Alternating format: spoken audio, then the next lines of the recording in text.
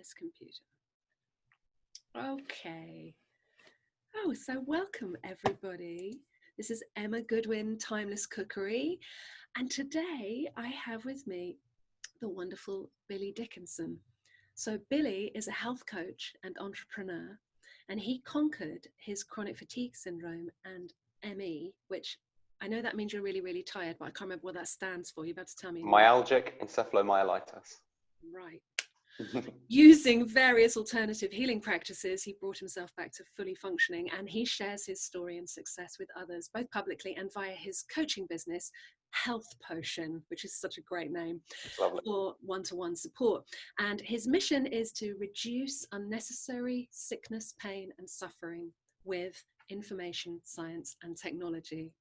And he has a free group, which is called the Health Potion Protocol, on Facebook. So if you like what he's got to say, then you'll know where to find him. So welcome, Billy. Thank you for having me, Emma. It's really lovely to be here. I know we share a very similar mission statement, so yeah, I think I'm in the right place. Yeah. It's nice to be in the company of people who really get it. Yeah. Get it. So tell me what ME stands for again. Okay. So ME is a very fancy word. It's very fanciful. Myalgic encephalomyelitis. Basically. So yes. For kefali, it means head in Greek. Yeah. So it's basically to do with inflammation of parts of your nervous system. So it's unfortunately, chronic fatigue syndrome is sort of one of those bucket catch-all terms in a way, kind of like IBS or autism spectrum disorder. It's sort of like you don't really fit anywhere else, so we'll just sort of shove you in that pile of we don't really know what's going on.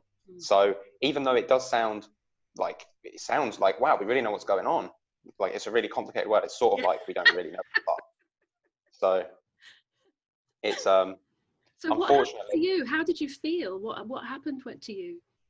So as you'll probably see, I know you work with people as well, and you see them build their health back up from scratch. I literally paved the path to my own destruction since I was born. Antibiotics when I was little, bad diet. Well, not intentionally though. No, absolutely not. That's why I do it the way that I do. Like, I'm trying to give people the information so they don't have to make the same mistakes that I did. Because if I knew what I was doing, I wouldn't have done this. Right. Who wants to make themselves really sick? Nobody. But you just don't know. You just don't know. You don't get taught in school, and that's why I teach it. Yeah, this should be taught in schools. Yeah. That's my opinion as well. Yeah. And that's actually a little project that I might be working on soon. So keep an eye out. Exciting. But if you don't mind sharing your personal gory details, because it's always so fascinating for people when you know that someone's been through it, you know. Yeah. So what happened? How did you feel? The hope and the success you get, like the feeling from seeing other people's success is really nice. So it was bad from day one. Antibiotics when I was little, full vaccine schedule, just like complete awful diet, like nothing like gaps, just like, you know, junk food, crisps, biscuits. I call it pap. I just say, you're just eating that crappy pap again. Yeah, it's not even food, just that. Yeah, exactly. So that all the way up until the major catalytic event started when I was around 14. So I had a trampoline accident, which caused a nerve subluxation quite high up in the back of my neck. So obviously you must know about the vagus nerve. I'm sure you've heard of that. So we're talking, my body's trying to say, let's function. And my brain's saying, do this, have peristalsis, produce stomach acid, make enzymes, do this. And it's just not going down. The signal isn't going down. So that's obviously going to be a big problem. Combine that with living in a house that has one of the most rampant mold problems I've ever seen. So we're talking 5, 6, 7 years in mold, which absolutely destroyed my gut flora and my immune system. Chronic fatigue syndrome usually manifests when you've completely depleted your body's antioxidant capacity. So it was gone, completely gone. That's not even the worst of it. Throw on a bout of veganism because I was getting ill. So yeah. So I was like, okay, I have to try something. Because all the information out there, there's a lot of well-funded information getting out there, which is not necessarily right for everyone. Well-funded is the operative word there. I like that. Yeah. Who's funding it? That's what I want to know. And what do they get out of it? Yeah, I'm not sure how beneficial it is. It's not. Really not. It's not good for people. It's not good for the planet. You know, all about the topsoil and all the CO2, and That's it's my like, speciality, because I used to be a yeah, biodynamic farmer. Yeah. wow, yeah. So yeah, exactly. You know exactly what's going on there. Yeah. So And then throw on top of that some emotional trauma. I had a breakup with my girlfriend at the time. I think she was my first love, so heartbreak. Mix all of that together, and you've got a cauldron for disaster. So Yeah, I loved that you called your business Health Potion, yeah, because I call my stock pot the uh-huh. cauldron. It's like Yeah, a cauldron, you know? It's yeah, like, I don't know, you might be a bit too young, but when I was growing up, there was a cartoon book, a French cartoon book called Asterix and Obelix. And they were two Gauls living in Gaul, in the land of Gaul in France, in northern France, peasants. And they had a druid, and the druid's name was Gitafix. And Gitafix used to make a potion, of magic potion. And Obelix, Asterix is the name of the young fighter man, and Obelix is his big friend. And Obelix fell in the magic potion when he was younger, and he became supercharged and superhuman and full of powerful strength. And the Getafix would mix up the magic potions and feed it to the clan of the Gauls, and they would beat up the Romans. It's a great, it's very funny little. But it's just like a cauldron, you know. So magic potion is a great way. So do you actually work with magic potions? Is that part of your protocol? Not really magic, but I mean, you know, potions.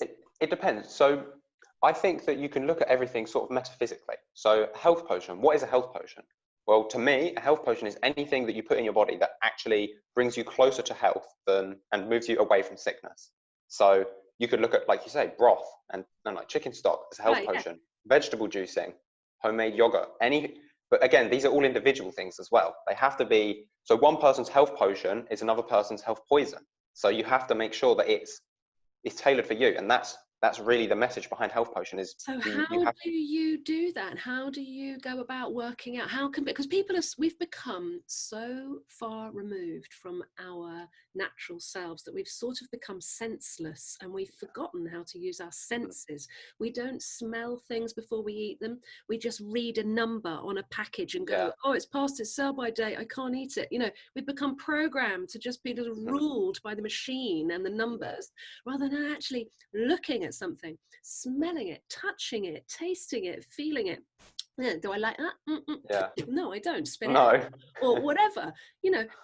And also we taste things and then we go, oh my god, that's disgusting. Like the first time I tasted kefir, for instance, it's like, that's gross, I'm never going to eat that. And now I glug, you know, a couple of glasses a day of milk kefir. I absolutely love it, raw, with no honey or anything in it. I just love it. So how do we find out when something's good for someone or not good for someone? Well, it can be tricky. It's very much like you say, somewhat intuition based, but also just fine tuning and paying attention. But we can go into it first off with a premise of science. So, like, this is why I really like the GAPS diet, and I know you're really into the GAPS diet. Yeah. It's like the GAPS diet it's a template, and it's important to remember that it's a template because it isn't a one size fits all. Some people, like, I know it goes through in stages. You might get to stage 5 and you can't do something on there. It's not good for you, but you think, oh, the diet says I can do it, so I can do it, but you really can't. But the best part about it is, as a template, it eliminates so much stuff that puts you closer to sickness than health. It's a really good first step in the right direction. First of all, you're eliminating basically all like junk food and refined sugar. You can't really go wrong with that.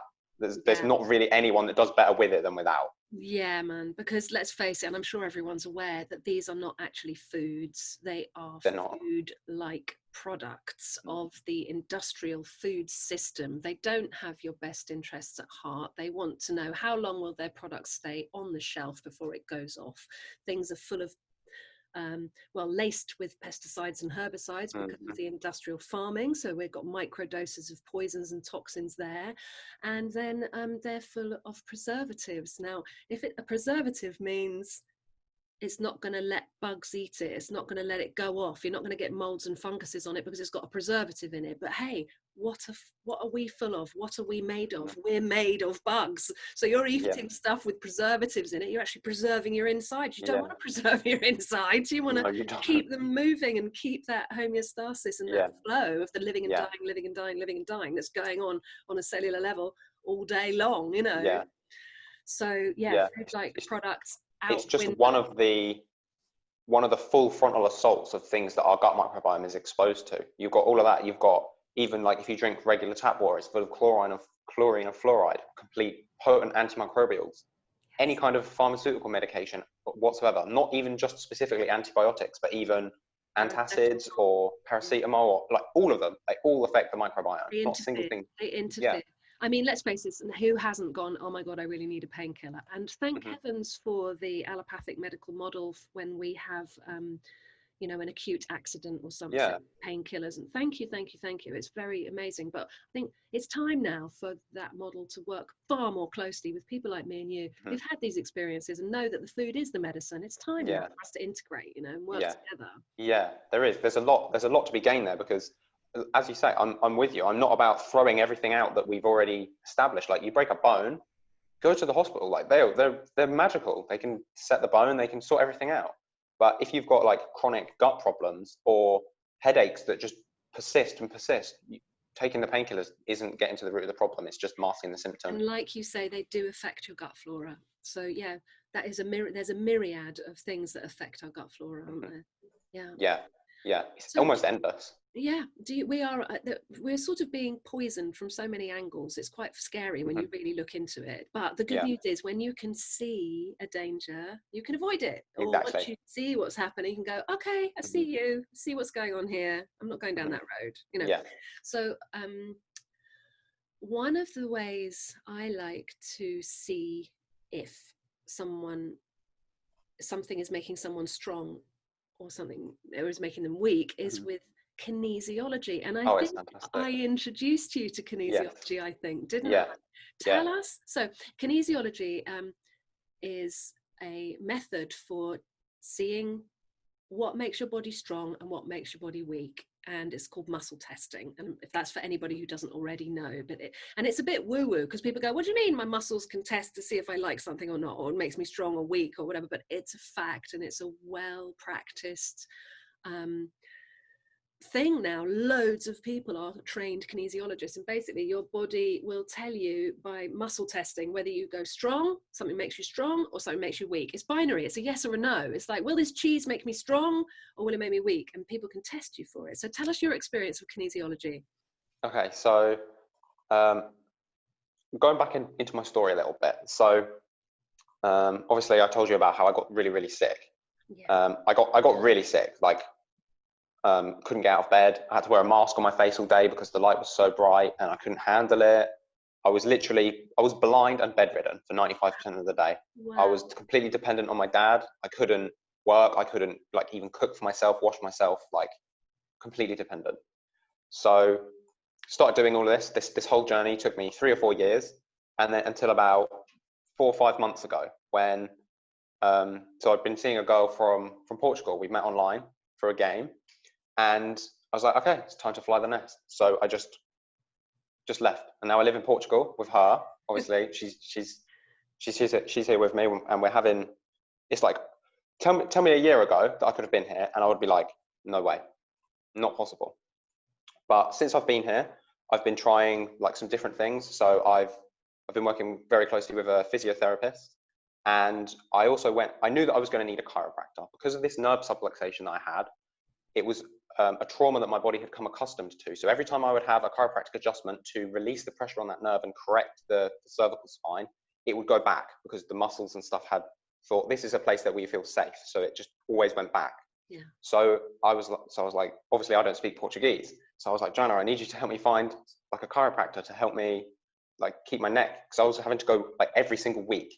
Wow. So that's even better now. Like I don't have to do it every single week. It's great. But so we found a chiropractor, and we booked our appointment with him already. And then that's when I spoke to you about kinesiology. But then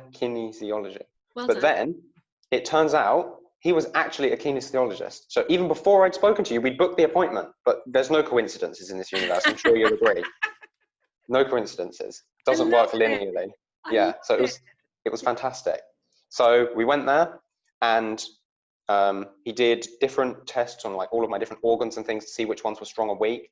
I basically had blockages on almost every single one. He said, like, I don't know how you're even able to function how well you do. So we went through and we started unblocking it. And again, it was very much the modality that I believe in, sort of like the body is smart and it's its own intrinsic healer. So he was like, so this is blocked and this is blocked, but these blockages are caused by this blockage, but this blockage is caused by this blockage, and this blockage is caused by this blockage. So we have to start here. Okay. And then we started going through and unpicking the whole mess. So no coincidence. Like the first couple of times I went, so he says where the blockage is, and there's like a standardized accepted treatment protocol for it. So it's like he goes through and does all these things. And every single time it was for things that I already knew I had problems with. So my neck needed adjusting. I had this emotional pain trapped sort of in my liver, which I knew it had problems with. Mycotoxins are extremely toxic to the liver, and the breakup, I knew I'd stored that. I was never able to support myself for a long period of time, and that expressed as joint pain in my ankles and my knees. I would get like a glass-like sensation, and it involved a massage of these emotional releases in my knees and my ankles. So it's like he would release these things, and then like little bits of my body would chink back into alignment with being healthy. And it's like little blockage out, little blockage out, little blockage out. And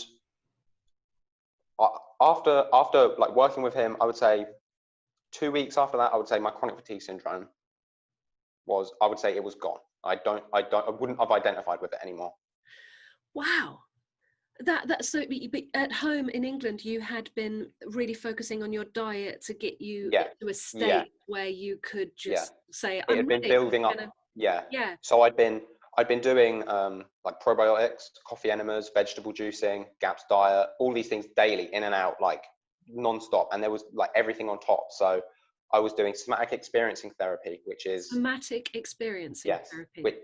Which is, so somatic means of the body. So it's experiencing of the body. So you can go in, and when you're exposed to things in life that you don't have the emotional capacity to process, your body stores it as trauma. Yeah. And these traumas manifest as sickness and things like that. When I didn't have a particularly good upbringing, so there was like some neglect and things like that. So, well, you know, it all comes back to childhood trauma. So I worked on resolving that for a couple of years. I did that for 3, maybe 4 years. Well done.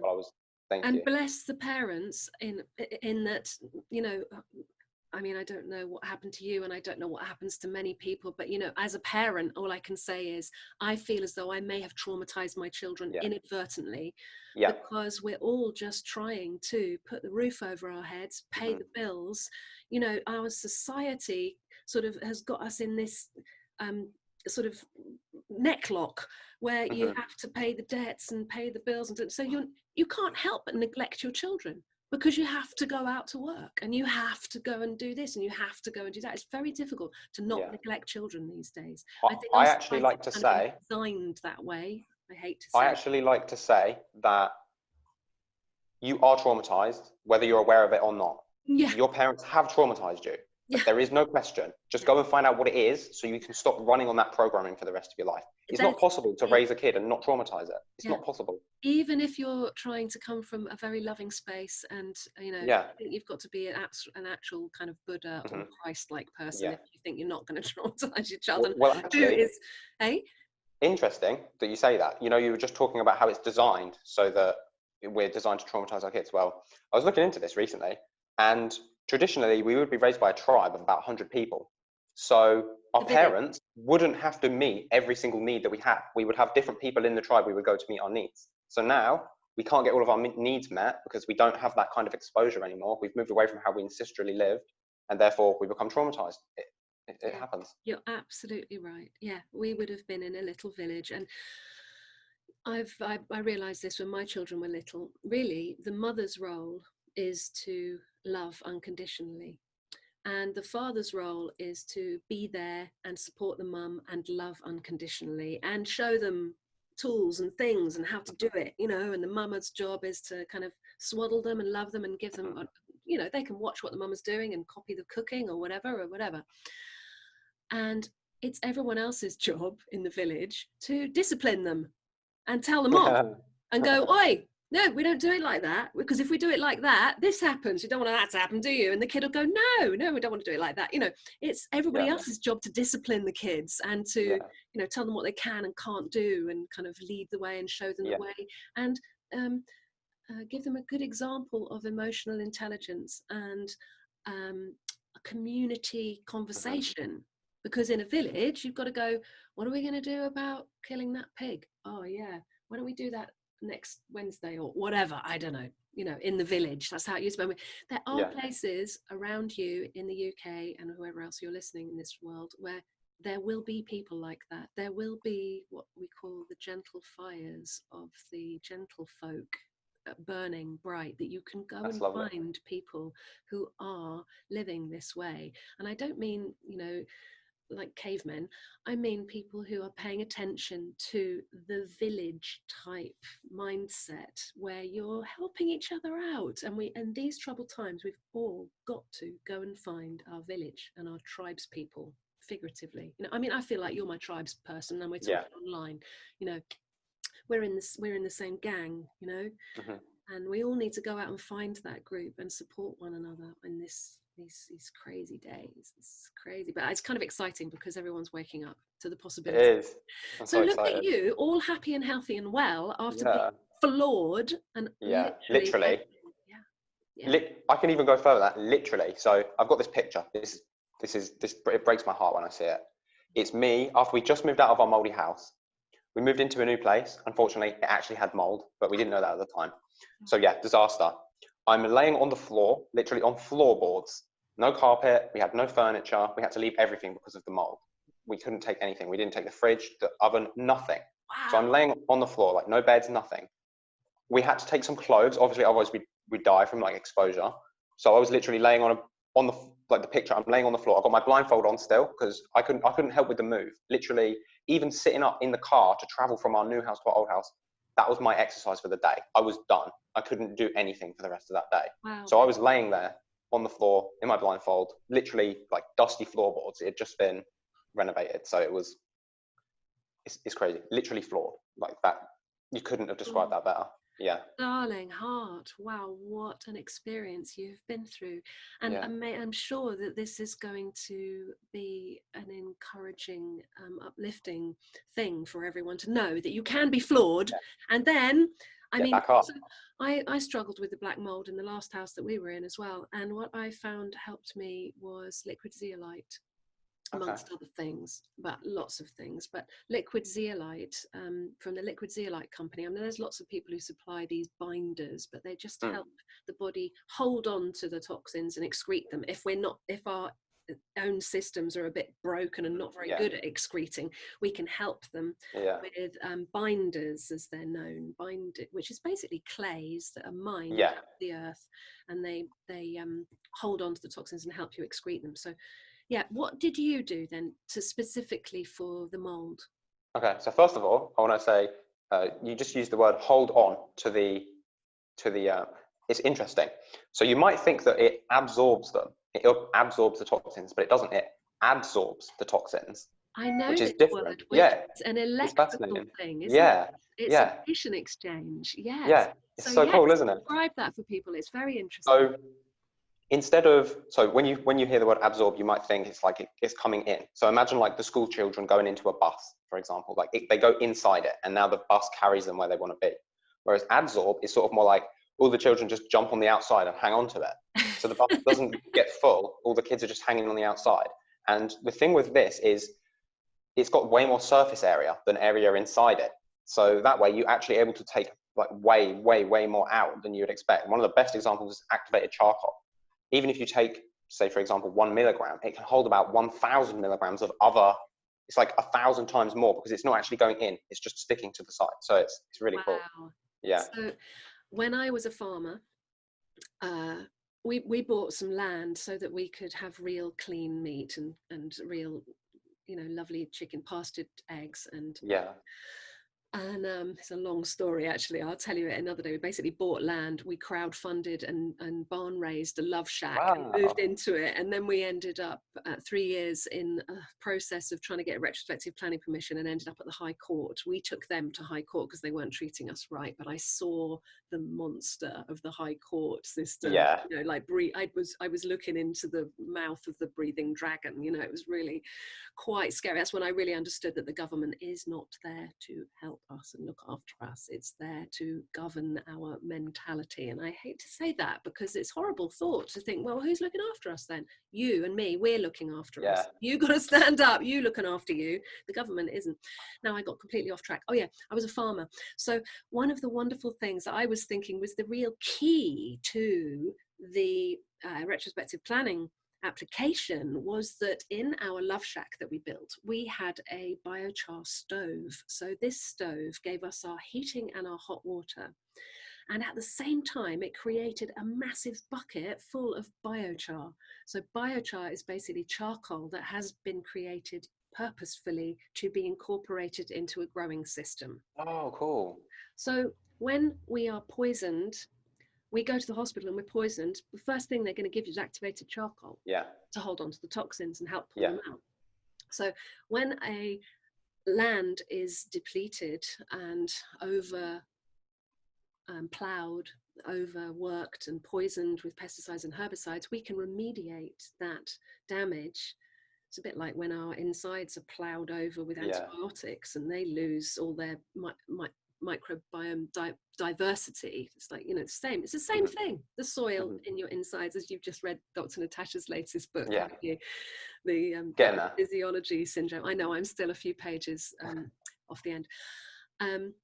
So this biochar stove gave us a bucket of biochar, and we would activate that by putting it in the human manure compost toilet or putting the char into the compost heap. And that's when I learned about adsorption, as you say, because one tiny handful of this biochar would have the surface area of football pitches, many pitches. Massive. And each tiny little piece of charcoal was sort of like a high-rise block of flats for microorganisms. Tiny little, little places for them to all live and shelter. And it would hold on to the volatiles in the soil and in the compost heap and stop them from flying off and creating greenhouse gas emissions. So the ammonia, the smell of methane, when it's smelly doo-doos and smelly wee-wees on the farm, you've always got shit everywhere, golden, it's like where there's muck, there's brass, that it's golden, this is holy shit, basically. The holy cow does the holy shit for the holy microorganisms, for the holy cycle of life, and incidentally, we'll get some milk out of it and maybe a beef. It's more complicated than what we think is going on. We just think, oh, we're getting all the milk, but we don't see the whole picture, how it's fertilizing the earth and carbon cycles going. It's massive. It's part of that beautiful cycle of life, and animals are good for the land. They strengthen the web of life. Nature designed all of her systems with animals in them, and then someone's come along and gone, no, we've all got to be vegan. It's like, maybe use it as a tool for a month to completely cleanse and then get nourished. Or you're going to bonkers, We're good at cleansing now as a society. The fasting, the juice fasting, veganism. We're not good at nourishing. No, exactly. That's not what we're good at. We've been told that it's actually kind of like it's a heresy to have animal products, but it is, I agree with you, a heresy to have animal products from the industrial food system, which is truly toxic and abhorrent and very disturbing. But there's loads and loads of small scale and medium scale farmers out there who have the same mindset as we do, and who are working to bring the land back to a healthy state of homeostasis. There's a great, what do you call it? It's an agricultural conference called Groundswell Ag, and I just met Dr. Natasha Campbell McBride at the last one. I know, look at your face. Oh, my hero. I love it. I saw her just walking through the field. Thousands of people at this massive conference for big boys with their big toys. I mean, the big farmers with their hundreds of thousands of hectares, and their massive machinery, with the wheels that's as big of a tractor with wheels as big as a house kind of thing. Those guys. They know that we've only got 60 harvests left, according to the National Farmers Union.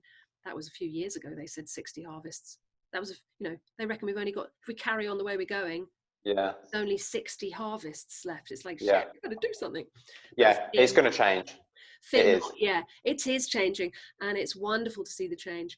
And these guys were really paying attention to no-till and polycultures rather than monocultures, and how to build the soil. And There's a great film, I don't know if you've seen it, it's called 100,000 Beating Hearts. I keep on telling everyone about it, because if you haven't seen it, it lifts your spirits. 100,000 Beating Hearts. I'll put it in the link after this thing. It's 15 minutes, and it just tells a story of how a redneck cowboy farmer in America, 4th generation, brings his land back to fully functioning, like you did. Wow. You were flawed, you nearly died, you brought yourself back to fully functioning. His land was flawed, it nearly died, all the soil microorganisms were dead, but he brought it back to fully functioning. It took him 10 years. It took you 3 or 4 years, it took him 10 years. That's Well, I'm still not 100%, but I'm getting there. You know, Yeah. you've got a mission, you're excited, you're driven, you've got energy, you can function, you know, compared to Oh, I know I'll get there. It is just a time thing. Yeah. Like you say, in the soil, it takes time to build that diversity back up of the gut flora. Same thing occurs in your gut. It takes time. It just takes time. You just got to be persistent, and you'll get there. What kind of foods are you enjoying to bring back your microbiome into a fit? So at the minute, I've got some fermented. I've got them. I'm just looking at them up there. I've got some fermented courgettes that are coming along. I'm still. Sorry. I've never fermented courgettes. They're kind of like dill pickles. Okay, yeah. But we got really big ones, so I chopped them up. So they don't look like it, but yeah. I'm still a bit sensitive to histamine myself. As you can imagine, being in mold for 7 years makes your immune system just kind of be like a bit like, whoa, let's just go crazy at that, and let's go crazy at that, because being exposed to stuff that's been making it go crazy for so long, it takes time to settle it down. Yeah. So for me, there's some elements of histamine intolerance and mast cell activation. You might be familiar with that. So mast cells are sort of like part of your immune system that release histamine themselves. So you can have histamine intolerance, for example, not eat any histamine from like a food that's high in histamine, but you eat something that flares your immune system up, and then your immune system releases histamine, and then you get all these really nasty symptoms. Right. So I have to be careful with that. So I'm still not tolerant to histamine. So there's a good trick. You can ferment things anaerobically. So you deprive them of oxygen. So you make sure they're in a closed environment, and it reduces and almost completely eliminates all histamine production. So people that are intolerant to histamine, they're like, oh, I need to heal the gut to fix the histamine tolerance, but I can't do fermented foods.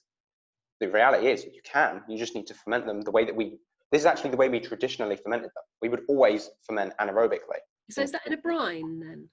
It's just like, imagine your bulk standard sauerkraut that I'm sure you've made 1,000,000 times.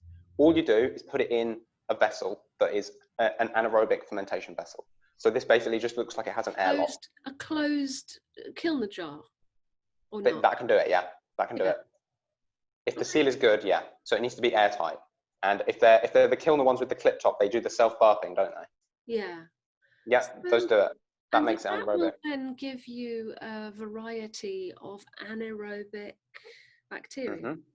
Yeah. And so they're not the same as lacto fermented then, because lacto ferments, they like the oxygen, they like the air. No, they're anaerobic too. They're anaerobic too. Oh, so yeah, so lactobacillus is like they like lactic acid. Yeah. Well, they make lactic acid, don't they? Yeah, they like it, so they make it. So it makes a nice environment for them. Yeah, exactly. Yeah. So it is very interesting though, because when we look at, say we do like a stool sample, like, so I do this a lot. I look at people's like stool samples and things like that. So, but you've always got to look at it from the lens of like from way higher up. So say for example, you look at someone's stool sample and it says they're really deficient in a certain type of organism, and it looks like they've got an overgrowth of another kind of organism. But first of all, we're not even able to culture any anaerobic microbes outside of the gut, because as soon as the poop comes out, it's exposed to oxygen and they all die. Yeah, so you're not going to get a very clear picture, are you? Yeah. Exactly. So doing this, you can, because they're fermented anaerobically, when you first open it, you've only just introduced oxygen. So any liquid that still hasn't had oxygen impregnated into it is going to have these anaerobic organisms, so you can get them back in your gut. It's a really good way to do it.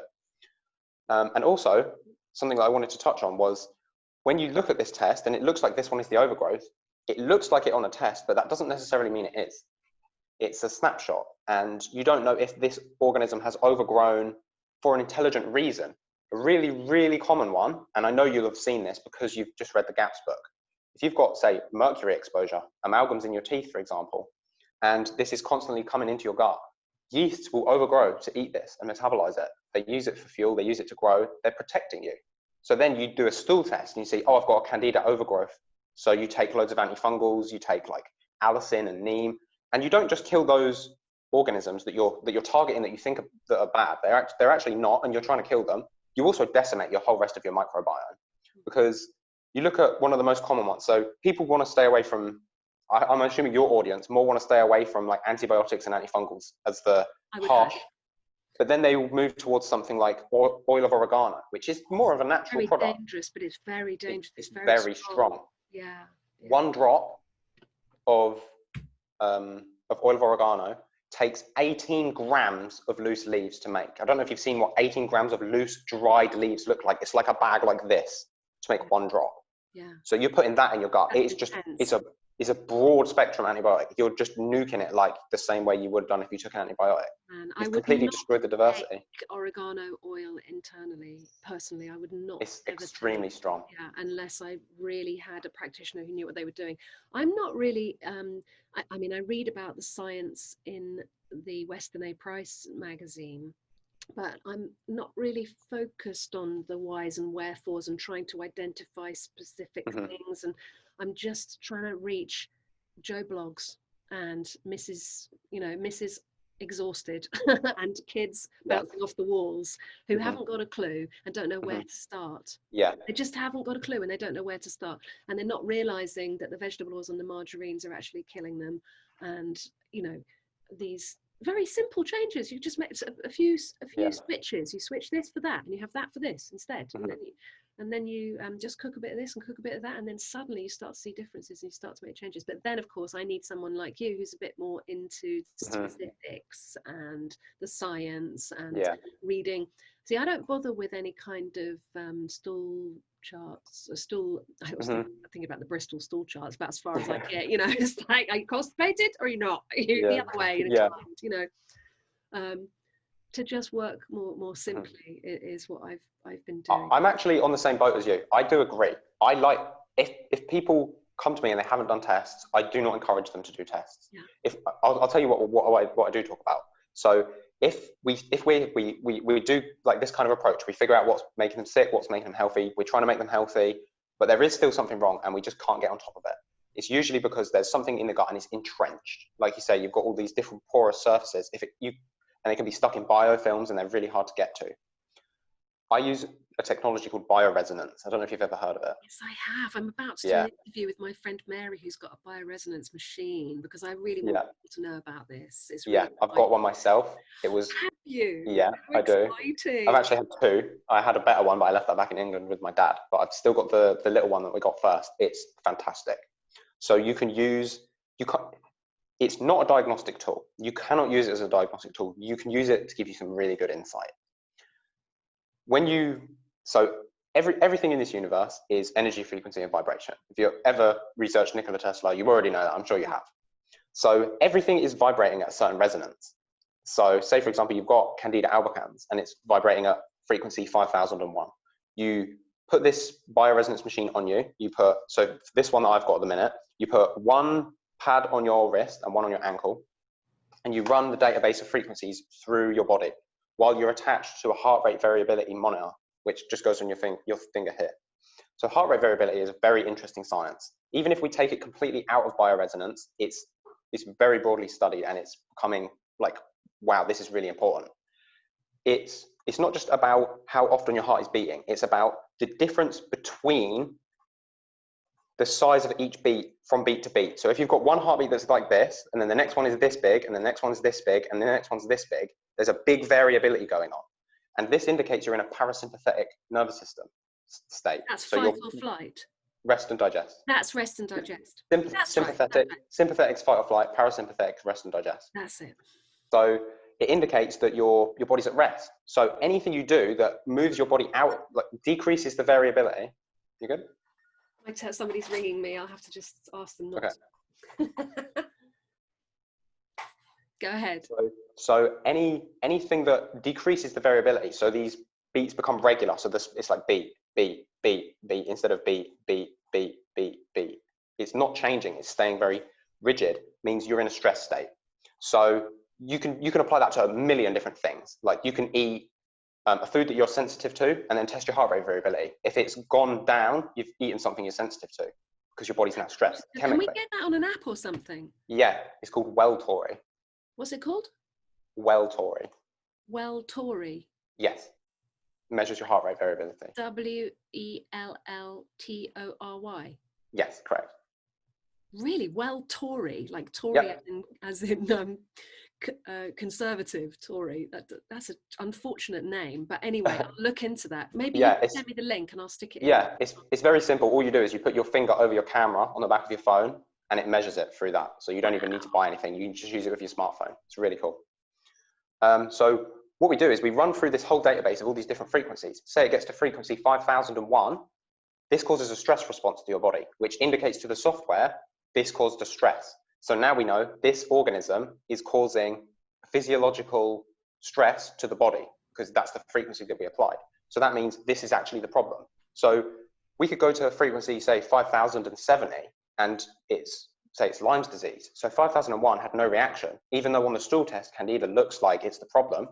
It didn't get a response from the bioresonance, and that's because the body is smart and it knows that the Candida is there to eat the mercury. And it's saying the real problem is actually this Lyme's disease that we've got, which is suppressing the immune system, which is stopping us offloading this mercury. So you get a reaction to that, even though Lyme's disease is almost undetectable on tests, because our tests test for antibodies, but Lyme's disease attacks the immune system, so we don't produce antibodies. So, but this is using vibration. It's the revolution. Like it's we the don't need. future of medicine. Yeah, it is the future of medicine, without a shadow of a doubt. it is. And the best part about it is once you've identified it, you can charge energy through this channeled frequency to target this specific organism, and it fills it with energy to the point that it just basically vibrates and explodes and it dies. Woohoo! So Yay! who needs oil of oregano or antibiotics when you don't have to nuke all of your gut flora, all of the things in your body? You can just target the one thing that your body's saying, this is actually a problem. And we should probably, this is the foundation, this work was founded by Raymond Rife, wasn't it? Yes. So how long ago was that? Exactly. That was about 60 years ago now. If not a bit longer. Maybe a bit longer, yeah. Yeah, I think maybe, 8 years now. When was he around, in the 1920s or 1940s? 40s, I think, yeah. Okay. Yeah, like Wilhelm Reich. Yeah. Also, yeah. Orgone technology, very interesting. Yeah, me too. I love that. Isn't it interesting, everybody, that these technologies have been around for a really long time, and why aren't they being used more widely? Yeah. That's what I'd like everybody to ask themselves. One of the most interesting things is power. You look at the technology. We've got more technology in our mobile phone than in the first space shuttles that were ever developed. Right. If we ever went to the moon, who knows? I don't know. Yeah, right. I'm not saying that, but that's discussion for another day. But you look at it, and we're still using the same kind of energy technology. We still use batteries. Yeah. I mean, even alternating current, which was the biggest revolution ever that we've had so far, was invented by Nikola Tesla. So if we just follow the rest of his work, you'll see that there's way more stuff about energy, power. Have you seen the movie Thrive 2? No. So about 10 years ago, there was a movie called Thrive, which I remember watching and feeling very inspired by, and it really helped open my eyes to some things. And then they've just released Thrive 2, which is all about alternative energy and sources of power that are everlasting, which some people say, but that defies all the laws of physics. Well, if you're working with Newtonian physics, yes, but if you're working with ether physics, which is the new physics, it's a bit like going from genetics to epigenetics. Let's move on now. We've had enough, we've been teaching Newtonian physics, like, and when was he alive? In 17 something. It's like, get out of my face. Shall we just catch up, everybody, please? Well, you won't hear about it on the mainstream, but it's fascinating. Ether physics, Nassim Harriman, do you know him? No, I don't. Oh my God, Nassim Harriman, sacred geometry and ether physics, and go and listen. It's just really exciting. I think you're going to need to compile a very big list of links and articles after this. So much to learn. It's so exciting. Yeah. The future is really bright. The future is really bright. Full disclosure. I mean, everyone needs to stand up and say, not in my name. I do not consent. I'm a sovereign being with free will, and I have not consented to being experimented on, used and abused by the Admiralty law system. So what are your... You might like talking to my dad. I think he's very into the law thing. Yeah. The common. But all of that. Yeah, So he's been doing that. how is he after all the mold and everything? Is he all right? Well, when we went vegan, he never did it. He stayed vegetarian, so he was still drinking milk. So he didn't destroy his immune system. He's still getting, milk's one of the best sources of sulfur, of cysteine in the diet, which is what you use to make glutathione, which is your primary antioxidant. You're so he was still informed. Yeah. Well, you have to be when you're just laying on the floor and all you can do is listen to audiobooks trying to tell you how to heal yourself. Yeah, you get there. Have you listened to Jerry Tennant? Healing is voltage. No. Healing is voltage. That might be something interesting as Okay. well. So you were saying your dad's really into common law. God, we've got so much to talk about. Yeah, we do. We'll have to catch up another time. Yeah. I think I'm gonna say goodbye to everyone. Leave them in suspense Yes. because there's so much more to learn. We'll have to do a part 2. We will. Yeah, definitely. Yeah. So thank you so much, Billy. It's been really illuminating. My pleasure. It's been fun. Where can people find you? Okay, so first of all, you can just add me on Facebook. I haven't reached my friends list cap yet, so Billy Dickinson, just look me up. I've got loads of cool stuff on my profile alone. You can go to my group. If you just go on Facebook and type the Health Potion Protocol, you'll see a group. It's about reversing leaky gut, adrenal fatigue, autoimmune diseases, all of these things. Basically, everything that I teach in one-on-one coaching is completely available for free in my group. Wow. I think information should be free. Yeah, it's all there, every single thing. So if you can piece it together, you can figure this all out by yourself.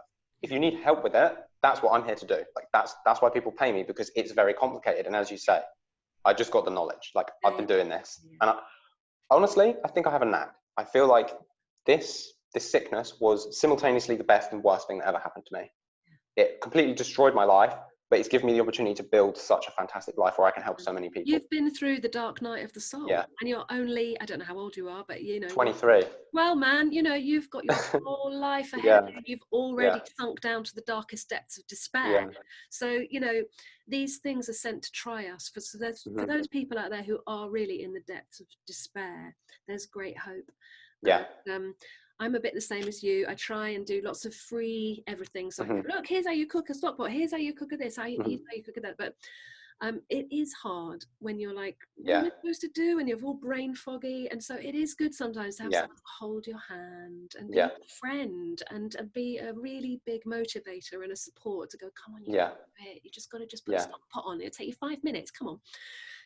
So and just being a beacon of hope. That's the biggest thing you need when you're really sick. It's just the thought that you can get through the day and that things will get better. And I can tell you they do. If anyone can tell you, it's me. So don't give up and just keep trying. Brilliant, Billy. Thank you so much, and lots of love to you. And you too. Okay, bye-bye. Bye-bye.